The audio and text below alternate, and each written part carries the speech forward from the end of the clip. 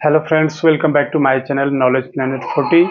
तो चलिए RRB NTPC 2019 में आया हुआ एक सवाल देखेंगे। सवाल कितना भारी भरकम है, लेकिन मैं आपको बताता हूँ कि इस सवाल में कुछ भी नहीं।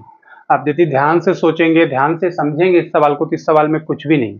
आरआरबी एनटीपीसी 2019 में प्रथम पाली में ये पटना में कोई सेंटर था, वहाँ का आया हुआ क्वेश्चन है। इसका क्वेश्चन है आरआरबी एनटीपीसी का कि विकास अपने वेतन का 80% खर्च कर देता है। 80% खर्च कर देता है। उसके वेतन में 25% की वृद्धि हुई। खर्च कर दिया, जो बचा, अब उसके वेतन में 25% की वृद्धि हुई है एवं व्यय में 15% वृद्धि हुई। और जो खर्च करता था उसमें भी 15% का वृद्धि हुआ। वेतन में भी वृद्धि हुआ और जो खर्च करता था 80 रुपया, अब वो 25% ज्यादा करने लगा। तो उसकी बचत में कितना परसेंट वृद्धि हुआ? यहाँ तो लिखा हुआ है वृद्धि हुआ, या आपको कम भी लिख सकता था, लेकिन यहाँ पर वृद्धि हुआ दिया गया है। ऑप्शन है 55%, 50%, 60% और 65%। चलिए इसको देखते हैं कैसे बनाएंगे। बोलता है विकास अपने वेतन का 80% खर्च करता है। चलिए विकास का वेतन कितना मान लेते हैं। वेतन पहले मान लीजिए कितना था, 100। अब 80% खर्च कर देता है, प्रतिशत दिया गया है, मतलब 100 में से 80 खर्च कर देता है।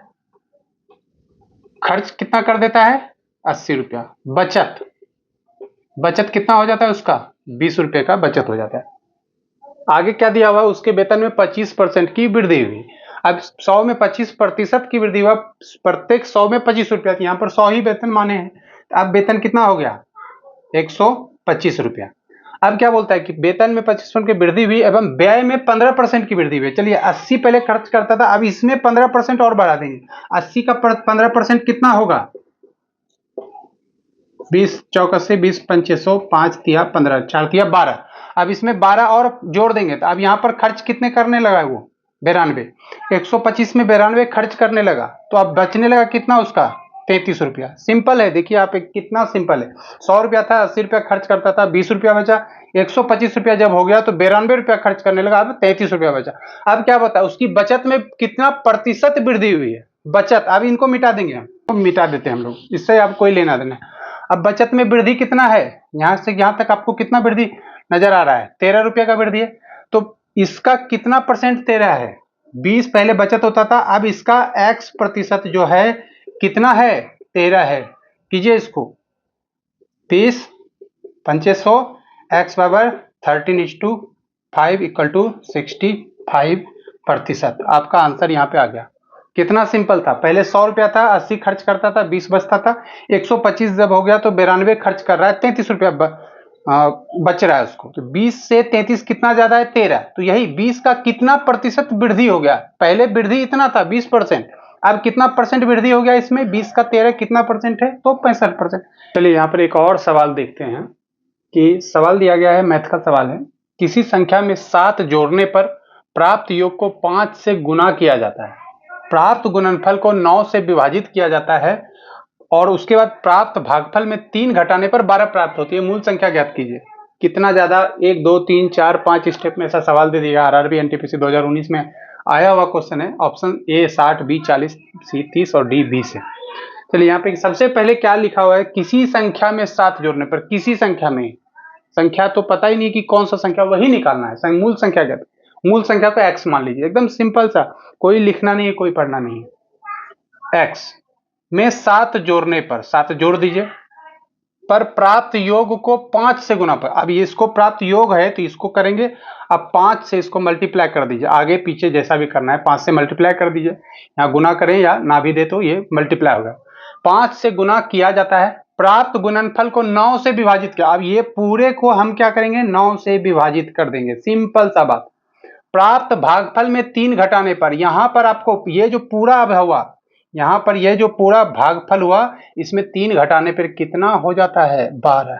सोल्व कर दीजिए, देखिए यहां पर सोल्व करेंगे। 5x प्लस 35, 5x प्लस 5 सते 35 बटे 9 minus 3 equal to 12।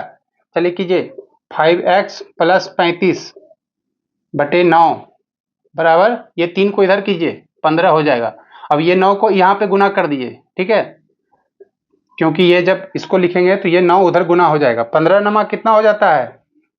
5x plus 35 बराबर 15 नमा 135। चलिए 5x बराबर 135 माइनस जाएगा इधर 35, कितना बच जाएगा?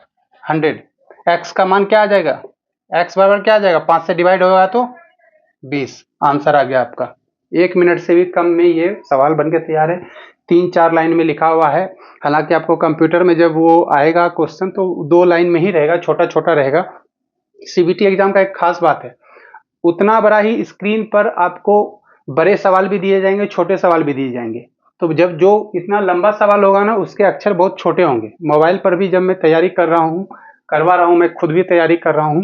आपको देखिए आरआरबी एनटीपीसी का मैं एक चीज दिखाता हूँ। आज मैंने ये 2 पेज पूरा जीके लिखा हूँ मैं, एक पेज यहाँ पर है और इसका एक ये 40 क्वेश्चन है, और यहाँ पर इस पेज में 36, इसमें 40 क्वेश्चन है और इस पेज में देखिए 36 क्वेश्चन आया, और 4 क्वेश्चन जो है वो क्या था, करंट अफेयर्स का था। तो करंट अफेयर्स लिख के कोई फायदा नहीं, क्योंकि अभी आपका 2024 में वैकेंसी आया है और इसका एग्जाम कब होगा, 25, 26, 27 पता नहीं कब, 1 साल तो लगेगा ही लगेगा। तो उसके हिसाब से उस समय का करंट अफेयर्स अलग होगा। तो उस हिसाब से मैंने आज के आज ये 4 पेज का जीके लिखा है। आप यदि कमेंट करके हमें बताते हैं तो मैं इस जीके को एक बार आपके सामने में वीडियो के माध्यम से पढ़ के बताऊंगा, और आप इसमें देखेंगे कि आपको कितना मालूम था। इसमें मैंने हल्का भारी जो भी था 40 क्वेश्चन मैंने इसमें लिखा है, ऐसा नहीं कि इसमें जो कठिन था, क्योंकि इसमें 40 में से तो 20, 25, 30, किसी सेट में तो हमको 30 क्वेश्चन भी आ रहा था, सिंपल सा था। 10 क्वेश्चन हमको नहीं आ रहा था, तो वो उसके लिखने के चक्कर में मैं वीडियो बनाऊंगा इसके बारे में, तो आप इसको एक बार जरूर से देखेंगे। मैथ का ये क्लास देखेंगे, आपका ये इतना बड़ा सवाल था, आरआरबी एनटीपीसी आया हुआ, और ये बिल्कुल सिंपल एक्स बराबर 20 आ गया, यही तो आपका आंसर है। चलिए, वीडियो पसंद आया तो वीडियो को क्या करना है, लाइक करना है, चैनल को क्या करना है, सब्सक्राइब करना है, और वीडियो को शेयर कर दीजिए, ताकि आपके आरआरबी एनटीपीसी या और भी किसी एग्जाम का, एसएससी, बैंक पीओ वगैरह का तैयारी कर रहे हैं तो इस टाइप का यदि सवाल आता है तो आप चुटकी में इसको ऐसे सोल्व कर सकते हैं। वीडियो पसंद आया तो वीडियो को लाइक कीजिए, चैनल को सब्सक्राइब जरूर से कीजिए, शेयर कीजिए। Thank you.